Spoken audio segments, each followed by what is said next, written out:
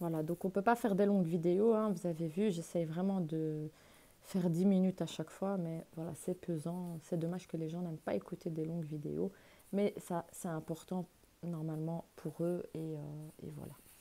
Un autre jour, je parlerai, Inch'Allah, du sujet du crédit avec des preuves et des choses comme ça. Mais je pense que tout le monde sait aujourd'hui qu'est-ce que l'usure, le crédit, même si au temps du prophète, sallallahu alayhi wa sallam, certains le faisaient et avaient sûrement des excuses. Allahu a'lam, je ne sais pas, Allah est plus savant. Et si Allah l'interdit, c'est pour que nous ne nous jetions pas dans notre perte, hein, car tout mal qui nous touche, encore une fois, vient de nous. D'accord. Donc, on peut dire autant pour les autres péchés, donc ce que je vous avais dit, il n'y a pas donc que le crédit, hein, c'est comme les gens qui persistent dans la sorcellerie et qui se disent oh, mais je fais ma prière, hein, je crois en Dieu, mais je fais la sorcellerie à côté, mais je veux rentrer au paradis. La, ouais, la ilaha illallah, astaghfirullah al-adim. Je ne sais pas de qui vous vous moquez, mais s'il vous plaît, il faut suivre ce que Allah y demande, d'accord. C'est comme pour le crédit. Vous passez votre temps à faire des crédits, voitures, maisons, je ne sais pas moi, plein de trucs. Vous avez plein de dettes sur votre dos et vous pensez que vous allez rentrer au paradis, subhanallah al-adim. Donc voilà, donc ce que je vous ai dit, les causes feront que vous serez éloigner des mauvaises choses, c'est en faisant donc les causes. Donc tous les autres péchés, comme j'ai dit, il n'y a pas que ça. Donc on peut dire autant pour tous les autres péchés, comme l'exhibition, al-tabarruj, son épouse s'exhibe, sa fille s'exhibe et sa sœur, etc. Donc l'exhibition aujourd'hui, c'est quoi, hein? Je pense que vous avez compris, hein. Il y a des sœurs, elles sortent à moitié, je pense qu'elles ont oublié le reste de moitié de pantalon, d'accord. Et d'autres, elles ont oublié, je crois, de mettre un truc au-dessus de leur poitrine, je sais pas. Il y a des trucs comme ça où elles sont à moitié habillées et elles s'exhibent en plus de ça, elles sont même pas discrètes. Parce qu'il y a des sœurs il y a des sœurs, subhanallah, avant de porter le voile, ben, elles s'habillaient, voilà, modernes, on va dire, et tout. Euh, Allah dit tout le monde, c'est ça que je veux dire. Mais elle n'était pas dans l'optique où je veux attirer du monde. C'était juste parce qu'elle aimait bien être habillée classe et elle pensait, voilà, elle était perdue, piégée par le diable. Hein, il faut dire ça clairement. Et elle pensait qu'elle était vraiment dans la vérité en s'habillant comme ça et tout, jusqu'au dévoilement de la vraie vérité qui est le hijab, le voile. Et c'est ça en fait la couronne, l'embellissement, c'est le hijab et c'est pas des micro-jupes et des micro-tops, d'accord.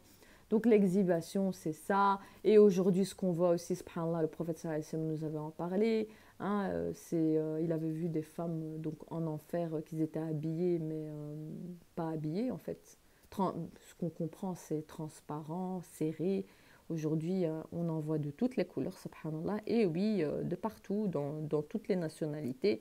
Mais après, ça se plaint qu'on les accoste, qu'on court après, qu'on les embête. Oui, c'est parce que vous, mes sœurs, il faut apprendre à vous respecter et ce n'est pas en montrant votre corps parce que pour l'homme, vous êtes comme un morceau de viande. Il faut être sûr et certain de cela, surtout quand vous êtes habillé en serré. Vous croyez vraiment que quel message vous apportez, que ce soit pour les mécréants, les athées, hein. Est-ce que vous pensez qu'un parent qui est mécréant, qui a une famille, hein, qui est mécréant carrément, et sa fille, elle s'habille serrée, mais vulgaire devant lui, qu'est-ce qu'il va lui dire? Mais monte, va t'habiller. Il va lui dire ça, d'accord?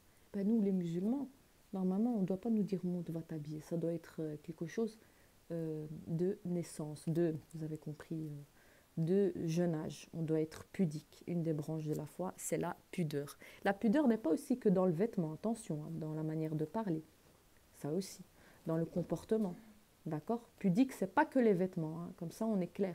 Donc il y a des personnes, est-ce qu'elles sont pudiques dans tout? Eh bien, il y a des moments où elles ne sont pas pudiques dans le vêtement, mais elles sont pudiques dans la manière de parler, dans le comportement. Vous comprenez? Donc, l'apparence, comme on dit, eh bien, des fois, est trompeuse. D'accord? Et il y a aussi le fait de médire, le fait, ça vous savez, de causer, de parler, de calomnier, j'avais parlé de ça. Et tout ça, ça vous distrait en fait du rappel. Et vous vous rappelez plus du rappel qu'on est occupé à vous dire, à vous imposer. En fait, c'est même pas on vous impose, c'est Dieu qui impose. Donc c'est les droits d'Allah. Et puis après, vous vous mettez à penser à d'autres choses, alors que votre péché est grave. Comme j'ai dit, il faut voir le péché comme une montagne. Donc, il pense à autre chose et ne retire aucun profit du discours que l'on tient. Donc oui, ça va, oh, moi je suis pas parfaite et tout, pourquoi tu me fais ce rappel? Tu t'es pris pour qui? Il y en a, ils vont dire, oui, tu es un imam, tu te prends pour qui? On n'a pas besoin d'être imam pour faire le rappel, d'accord? Ça doit être clair, ça doit être une personne lambda, elle peut faire le rappel, d'accord?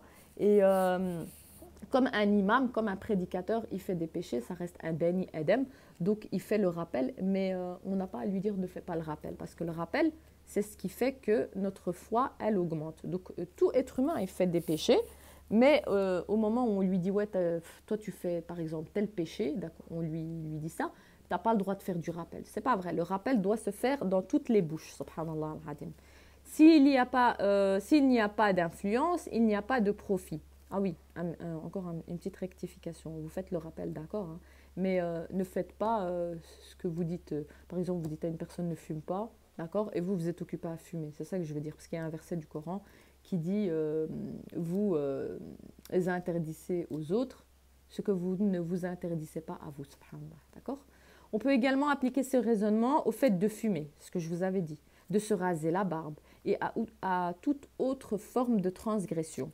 Peut-être que le fait qu'Allah interdit, donc il y a une sagesse dans cela de ne pas raser vos barbes, parce que peut-être que vous allez, c'est comme une femme quand elle s'épile, je ne sais pas si vous savez, le fait de s'épiler les sourcils peut entraîner des problèmes au cerveau. Allah il dit ça. Donc le fait de s'épiler les sourcils peut vous faire des problèmes mentaux, peut vous faire des problèmes de santé, d'accord? Et bien pour les hommes, si il y a cette interdiction de pas ressembler donc aux autres peuples, mais aussi de ne pas raser sa barbe, c'est parce que dans la barbe, je pense que Allah a mis un bienfait, que nous, on n'en connaît pas le savoir, que seul Allah en connaît, mais peut-être avec la science qui évolue et qui avance, on peut comprendre que la barbe est une protection peut-être du corps, d'accord? C'est comme les femmes qui portent l'or. L'or, c'est bien, c'est pas interdit pour la femme. Pourquoi? Parce que l'or apporte des bienfaits à la santé pour la femme, d'accord? Aujourd'hui, on entend mettre de l'or sur le visage, de l'or sur le corps. Eh bien, ça fait du bien au corps de la femme, car la femme est due à l'anxiété, le stress, la fatigue, et l'or lui donne une bonne humeur. Allah, il a mis des sagesses dans tout. Et à toute autre forme de transgression. Donc j'ai dit tous les péchés, eh bien, pourquoi on les appelle péchés? Parce qu'il y a un mal dedans. Il y a un grand mal. Ce n'est pas un petit mal, c'est un grand mal. Et c'est un mal pour vos âmes. Et j'ai bien peur qu'un lecteur lise ces propos tout en permettant à son esprit de s'échapper. Donc, par exemple, moi, je suis occupée à lire, là, je suis concentrée. Mais si je serais dans une autre année ou encore un peu plus jeune, peut-être comme il dit ici, mon esprit va s'échapper, d'accord? C'est-à-dire, mon qarin, il va faire en sorte que ce que je suis occupée à vous expliquer, je vais divaguer, je vais m'échapper, je vais me distraire et je vais oublier donc le rappel. Ce serait une vraie calamité, d'accord? La troisième raison se rapporte à la majorité des cas. En effet, le discours est véridique et n'est pas mensonger. Donc, je vous ai dit, quand il y a un rappel qui vous est fait, il n'y a que de la vérité dedans et aucun mensonge. Et vous pouvez faire vos recherches, que ça soit scientifique. S'il vous plaît, barakallahu fikoum, apprenez à vous instruire. Je ne dis pas que tout le monde ne s'instruit pas et ne cherche pas, mais il est important qu'on s'instruit, qu'on lit, qu'on apprend, d'accord? On sait lire, apprenez aussi l'arabe aussi, afin de ne pas mourir bête. Voilà, c'est ça que moi je dis souvent, ne pas mourir bête. L'information est relative à l'auditeur. Il s'agit de la religion, donc, que Dieu nous a donc ordonné. Hein. C'est pas, nous, on n'a pas d'ordre à donner à Dieu. Donc Dieu il nous a donné un ordre, c'est de suivre cette religion. Et on ne doit pas dire oui, mais pourquoi cette religion et pas la religion précédente et pas, et pas, et pas. On ne peut pas. C'est Dieu, il a décidé, c'est fini. D'accord? Si tu arrives à créer une création telle qu'Allah, hein, Allah, il te défie de cela, il te défie d'écrire un Coran tel que le Coran, ce qui est impossible pour toi. À ce moment-là, tu veux mettre un combat avec Dieu, bonne chance. Mais tant que tu es capable de même pas créer, on va dire, un être humain, comme Allah Azza wa Jal, ne commence pas à demander à Dieu le pourquoi du comment. D'accord? Tu obéis, c'est ordonné, c'est un ordre.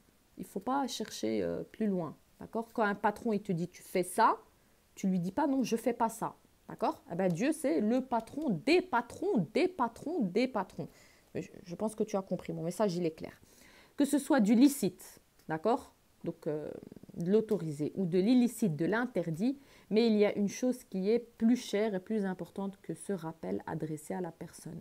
Prenons un homme qui possède des brebis. Debout, au balcon, il regarde dans la rue. Une voiture arrive et renverse certaines de ses brebis. C'est un fait qu'il a vu de ses propres yeux, donc il les a vus de ses yeux. Le mensonge n'est alors plus possible, et l'affaire des brebis le concerne. Ensuite, il entend son épouse à l'intérieur qui l'interpelle en lui disant « Oh, un tel, ton père vient de décéder. » À présent, après une telle annonce, il ne s'intéresse plus du tout aux brebis. Il n'y prête plus aucune attention, et cela ne lui fait plus rien. Pourquoi? Car une chose plus importante s'est produite, et la première information est totalement oubliée. D'accord? Ceci est à cause des orateurs qui pensent que leur intérêt se trouve ailleurs que dans la religion d'Allah. C'était un bon message, ça. Azza wa Jal, ou qui entretiennent les gens sur des sujets qui ne sont en rien bénéfiques pour leur religion. Sache, malheureux, que ton bien réside dans l'application de la loi d'Allah. C'est là que se trouve le bonheur et le bienfait. Donc vous avez vu, hein, il y a eu d'abord la première information, il l'a vu avec ses yeux, ses brebis sont mortes.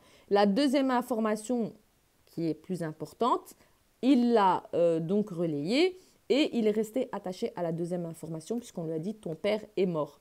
Mais la première information, il l'a oubliée alors qu'il l'a vue de ses yeux. D'accord? Donc on est toujours distrait par autre chose. On est d'accord. Donc l'important, c'est votre première information et puis votre deuxième information. Je ne dis pas que ce n'était pas important d'aller voir parce que son père il est décédé. Non, mais il y a les brebis qui sont mortes. Donc on règle la première information et la deuxième information. Elle vient donc par la suite. Donc, c'est ça que je veux dire. Mais c'est vrai qu'un parent qui meurt sur le moment, c'est vrai qu'il y a de quoi être distrait.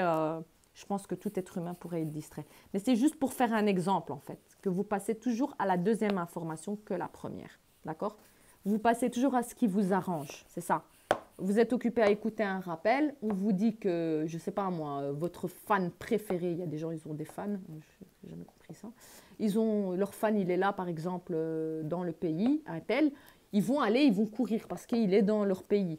Ah ouais, mais il est là, il est en bas de ta rue. Donc, il est occupé à écouter le rappel.